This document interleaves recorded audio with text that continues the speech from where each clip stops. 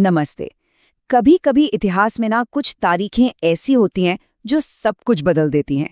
सोचिए, एक ही दिन देश की आर्थिक पॉलिसी भी, दुनिया के साथ हमारे रिश्ते भी और हजारों साल पुराने राज भी सब एक साथ सामने आ जाएं। 31 अक्टूबर 2025 बस एक ऐसी ही तारीख थी।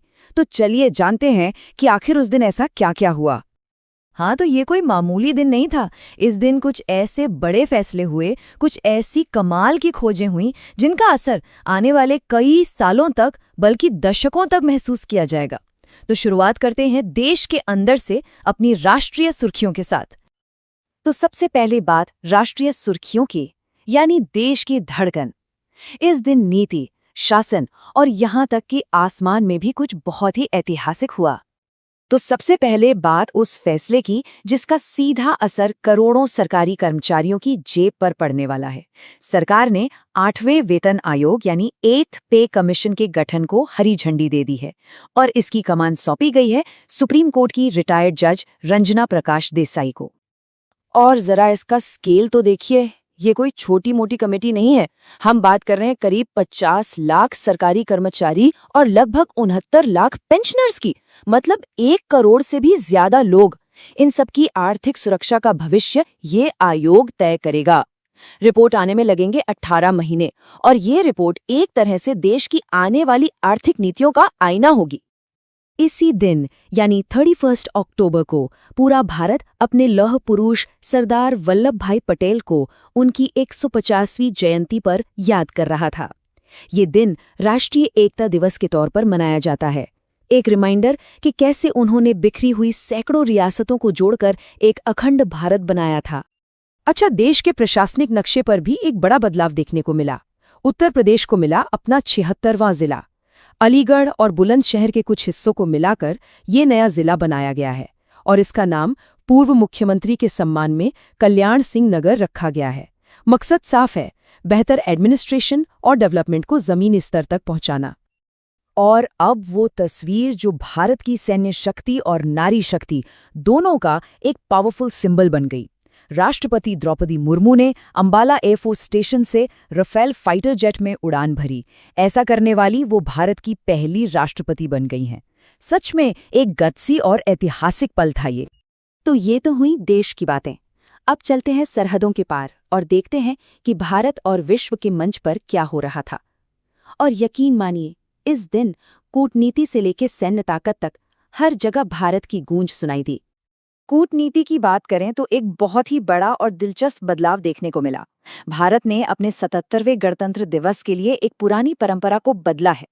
देखिए, होता ये था कि किसी एक देश के हेड को चीफ गेस्ट बनाया जाता था, लेकिन इस बार पहली बार किसी एक व्यक्ति को नहीं बल्कि एक पूरे संगठन यूरोपियन यूनियन के लीडर्स को न्योता भेजा गया है। ये एक बड़ा स्ट्रेटेजिक शिफ्ट है। ये दिखाता है कि भारत अब सिर्फ 2 देशों के रिश्तों से आगे बढ़कर पूरे ब्लॉक्स के साथ पार्टनरशिप पर फोकस कर रहा है। तो इस ऐतिहासिक मौके पर यूरोप के 2 बड़े नेता भारत आएंगे। एक है यूरोपियन कमीशन की president Ursula von der Leyen और दूसरे हैं यूरोपियन काउंसिल के प्रेसिडेंट एंटोनियो कोस्टा। ये भारत और यूरोपियन यूनियन के रिश्तों में एक नए दौर की शुरुआत है, इसमें कोई शक नहीं। अच्छा, डिप्लोमेसी से हटकर अब बात करते हैं सैन्य ताकत की। हर साल एक लिस्ट आती है, ग्लोबल पावर इंडेक्स, जो बताती है कि दुनिया की सबसे ताकतवर सेनाएं कौन सी हैं। तो सवाल ये है कि 2025 की इस लिस्ट में 145 देशों के बीच भारत की रैंक क्या है? तो जवाब है नंबर 4। जी हाँ, भारत ने दुनिया की चौथी सबसे पावरफुल मिलिट्री के तौर पर अपनी जगह कायम रखी है।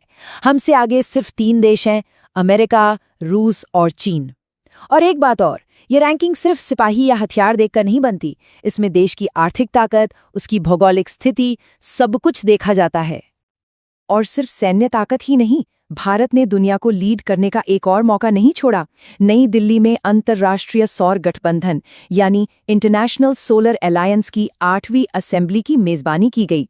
ये दिखाता है कि रिन्यूएबल एनर्जी, खासकर सोलर पावर के मामले में भारत दुनिया को रास्ता दिखाने के लिए कितना कमिटेड है। चलिए, अब बात करते हैं विज्ञान और पर्यावरण की।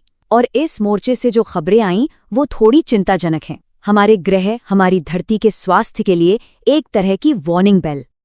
अगली खबर को ठीक से समझने के लिए एक छोटा सा कॉन्सेप्ट समझना जरूरी है, कार्बन सिंक।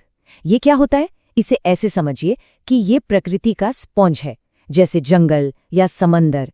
ये हवा में मौजूद एक्स्ट्रा कार्बन डाइऑक्साइड को सोख लेते हैं। मतलब जितना कार्बन ये छोड़ते हैं उससे कहीं ज्यादा सोख लेते हैं।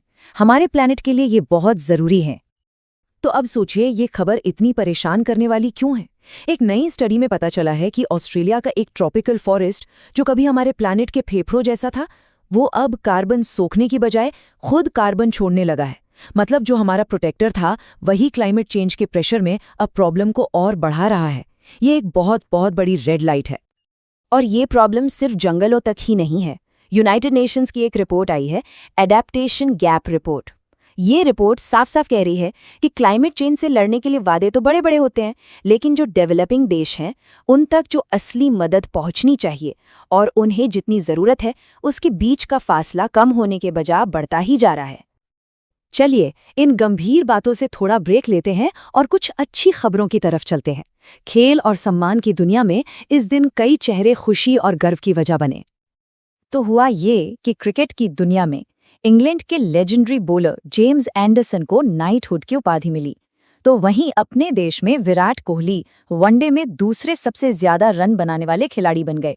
मैदान से हटकर देखें तो भारत के मास्टर शेफ संजीव कपूर को एक बहुत बड़ा इंटरनेशनल अवार्ड मिला और U23 वर्ल्ड रेसलिंग चैंपियनशिप में हमारे युवा पहलवानों ने 9 मेडल जीतकर देश का नाम ऊंचा किया।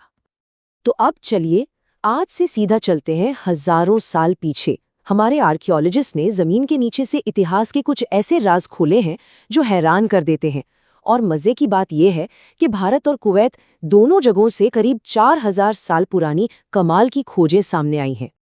शुरुआत भारत से। गुजरात के कच्छ में एक हड़प्पा साइट है, कोटरा भाडली। वहां खोज हुई है एक 4000 साल पुराने कारवा सराय की। कारवा सराय मतलब समझिए उस जमाने का एक हाईवे साइड इन या होटल जहां व्यापारी और यात्री रुकते थे।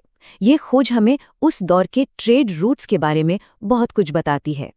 और कमाल देखिए, लगभग उसी टाइम पीरियड के कुवैत में भी आर्कियोलॉजिस्ट्स को 4000 साल पुराने एक मंदिर के अवशेष मिले हैं। ये मंदिर दिलमुन सिविलाइजेशन का है।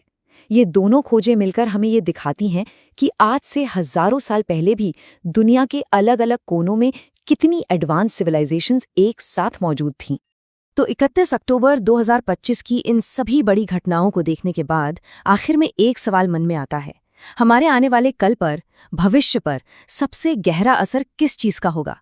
क्या वो नया पे कमीशन होगा जो करोड़ों लोगों की जिंदगी बदलेगा, या फिर क्लाइमेट चेंज की वो चेतावनी जो सीधे सीधे हमारे अस्तित्व से जुड़ी है, या फिर डिप्लोमेसी का वो नया दाव जो दुनिया में भारत की नई जगह बनाएगा? सोचने वाली बात है ना?